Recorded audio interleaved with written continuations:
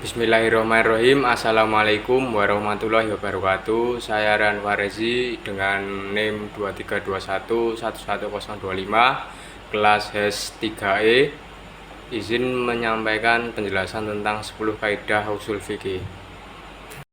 Kaidah yang pertama adalah al-umuru bimaqasidiha, yang berarti segala sesuatu perbuatan tergantung pada tujuannya. Dengan dalil innamal a'malu binniyat, segala sesuatu bergantung pada niatnya. Contoh, jika seseorang berpuasa bertujuan untuk mendekatkan diri kepada Allah Subhanahu wa taala, maka puasa orang tersebut mendapatkan pahala. Tetapi jika orang itu bertujuan untuk kesehatan, maka puasa itu tidak mendapatkan pahala. Kaidah yang kedua adalah al-yaqinu la yuzalu bisyakki, yang artinya yang sudah diyakini tidak dapat dihapus oleh keraguan-raguan.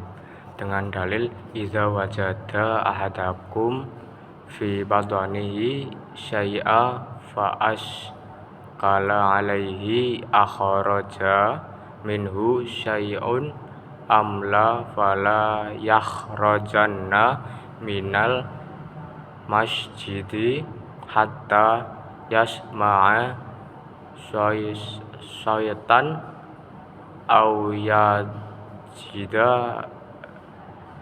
rihan. Dari Abu Hurairah. Contohnya, binatang sembelihan di negara yang penduduknya Islam dan Majusi tidak halal binatang tersebut, sehingga diketahui bahwa binatang tersebut sembelihan orang Islam karena berasal dari haram, kecuali apabila pada umumnya sembelihan di situ adalah sembelihan orang Islam. Contoh yang kedua, orang yang mendapatkan air telah berubah. Perubahan itu ada dua kemungkinan, karena najis atau karena diam. Maka boleh bersuci dengan air tersebut berdasarkan anggapan bahwa air itu asalnya suci. Kaidah yang ketiga adalah al-masyaqqatu tajlibut taysira, yang berarti kesukaran itu menarik adanya kemudahan. Dengan dalil yuridullahu bikumul yusra wala yuridu bikumul usra. Surat Al-Baqarah ayat 185, dengan arti Allah menghendaki kemudahan bagimu dan Allah tidak menghendaki kesukaran bagimu.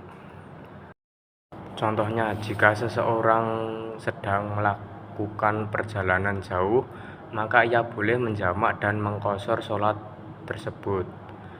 Contoh yang kedua, jika seseorang sedang sakit, maka boleh melakukan tayamum. Dan jika tidak kuat melaksanakan sholat dengan berdiri, maka ia boleh melakukan sholat dengan cara berbaring. Kaidah yang keempat adalah ad-dororu yuzalu, yang berarti kemadorotan itu harus dihilangkan. Dengan dalil wala tufsidu fil ardi, yang berarti dan janganlah kamu sekalian membuat kerusakan di bumi. Contoh, pada bagian jinayat, agama menemukan hukumnya kisos, hudud, dan kafarot, mengganti rugi kerusakan, mengangkat para penguasa untuk menumpas pengacau atau pemberontak, dan menindak para pelaku kriminalitas.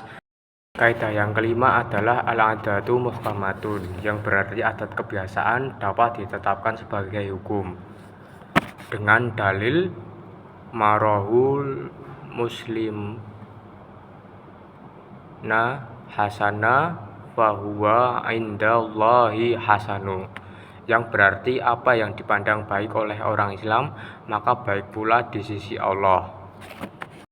Contohnya, dalam suatu komunitas, jika kebiasaan memberikan sedekah pada hari tertentu telah menjadi tradisi, maka hal tersebut dapat dianggap sebagai amalan baik yang dianjurkan, selama tidak bertentangan dengan prinsip-prinsip Islam.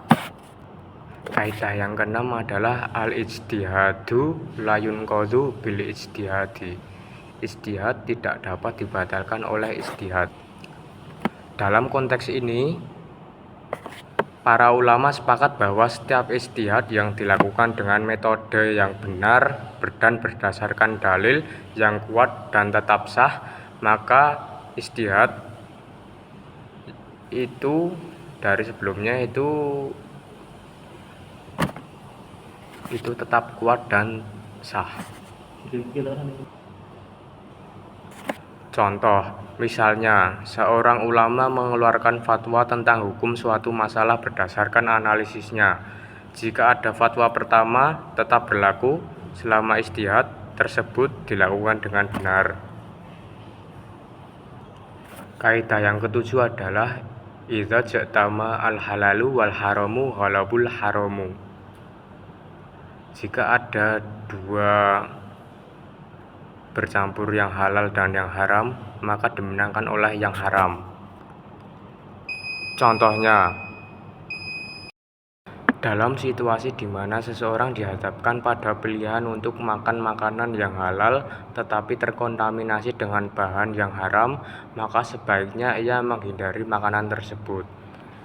Kaidah yang ke-8 adalah al-i'tharu bil qurbi makruhu wa fi ghairiha mahbub, yang berarti menghindari hal-hal yang mendekatkan diri kepada larangan lebih baik daripada melakukan hal-hal yang tidak disukai.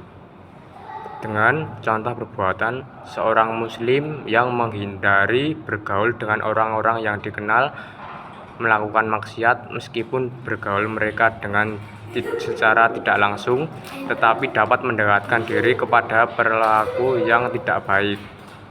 Kaidah yang ke-9 adalah at-tabi'un.